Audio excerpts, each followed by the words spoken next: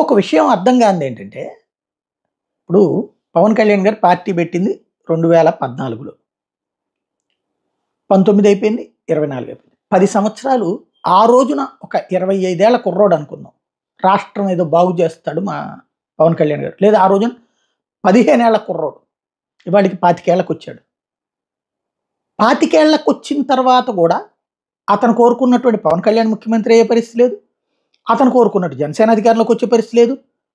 ఏ పవన్ కళ్యాణ్ గతంలో దూషించి ద్వేషించారు ఆ తెలుగుదేశం పార్టీని అధికారంలో తీసుకొచ్చే పని తమ నాయకుడే చేస్తున్నాడు.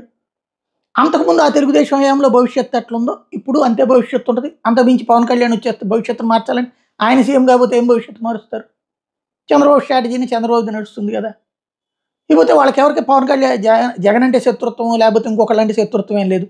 వాళ్ళేం జగన్తో ఫ్యాక్షనిస్టులు కాదు, రౌడీలు కాదు శత్రుత్వాలు పెట్టుకోవడానికి. కాబట్టి వాళ్ళకి ఆ ప్రాబ్లం లేదు. ఇప్పుడు ఇది అయిపోయింది. ఇంకా ఎప్పుడు వాళ్ళ జీవితాలు మారతాయి? ఏంటి ఇంకా తెచ్చేటువంటి మార్పు? భవిష్యత్తు, రాష్ట్ర భవిష్యత్తు ఏంటి ఇంకా తెచ్చే మార్పు? ఇంటికి వచ్చే సంపద కంటే తెచ్చే మార్పు ఏంటి? ఉద్యోగాలు, ఉపాధి అవకాశాలు. ఎవడిక్కడ ఉద్యోగాలు లేకుండా ఖాళీగా తిరుగుతున్నటువంటి వాడు, పని పాట లేకుండా తిరుగుతున్నాడు ఒక్కడ ఉన్నాడా? అలా తిరుగుతున్నాడంటే వాడు వెధవని అర్థం. ఆటో అన్నా నడుపుకుంటాడు, స్విగ్గీ అన్న పెట్టుకుంటాడు, జొమాటో అన్న పెట్టుకుంటాడు, ఏదో ఒకటి పెట్టుకుంటాడు. వెంటనే అదే వాళ్ళందరికీ ఉద్యోగాలని ఉపన్యాసాలు ఇవ్వచ్చు. ఎంతమందికి ఇస్తావు ప్రభుత్వ ఉద్యోగాలు? 2 చంద్రబాబు ఇంతకుముందు 30,000 ఇచ్చారు, ఇప్పుడు 2 లక్షలు ఇచ్చారు. ఇంకెన్ని ఇస్తావు నువ్వు?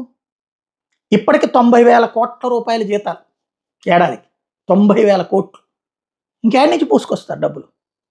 ఇదొక ఆస్పెక్ట్. రెండోది అప్పుడు ప్రైవేట్ ఉద్యోగాలు.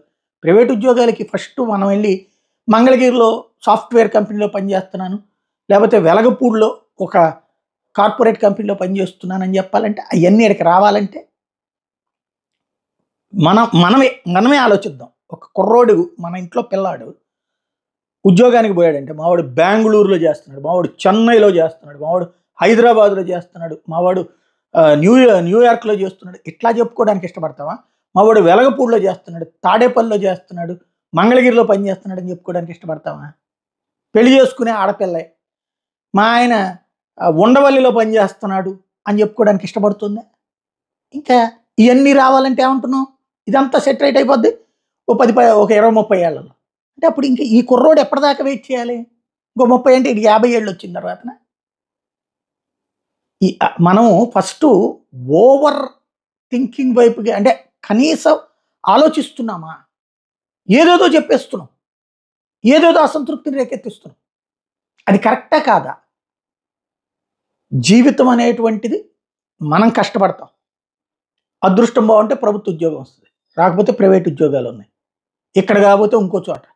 ఏం తమిళనాడు వాడు ఇక్కడ పని చేయట్లేదా? లేకపోతే ఉత్తరప్రదేశ్ వాడు వచ్చి ఇక్కడ పని చేయట్లేదా?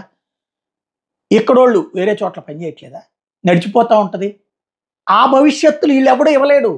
అది చంద్రబాబు ఎవడు, పవన్ కళ్యాణ్ ఎవడు, జగన్మోహన్ రెడ్డి ఎవడు. ఇక్కడికి కొన్ని కంపెనీలు వస్తాయి. ఇక్కడ బాగుపడాలి, ఇక్కడ ఒక నగరం తయారు కావాలంటే ఓన్లీ వైజాగ్ మాత్రమే సాధ్యం ఉంది. అట్లాంటిది వాటితో పోటీ పడగలిగే నగరం. అది కాకుండా కొత్త నగరం అమరావతి తయారయ్యి ఇదంతా సెటరేట్ అయ్యి అయితే 30 ఏళ్ళు పడదని అక్కడే చెప్తున్నప్పుడు ఎప్పటిదాకా వెయిట్ చేయాలి? ఒక 10 ఏళ్ల క్రితం 20 ఏళ్ల కుర్రోడు ఇంకొక 30 ఏళ్ల పాటు అంటే తన 50 ఏళ్ల బ్రతుకు దాకా చూసాక ఇంకా తర్వాత ఆడి భవిష్యత్తు ఏంది? ఆడి భవిష్యత్తులో ఇంకేదో ఎదుగుతాడేంది? ఏం చెప్తాం మనం? అర్థం కావట్లేదు నాకు కూడా.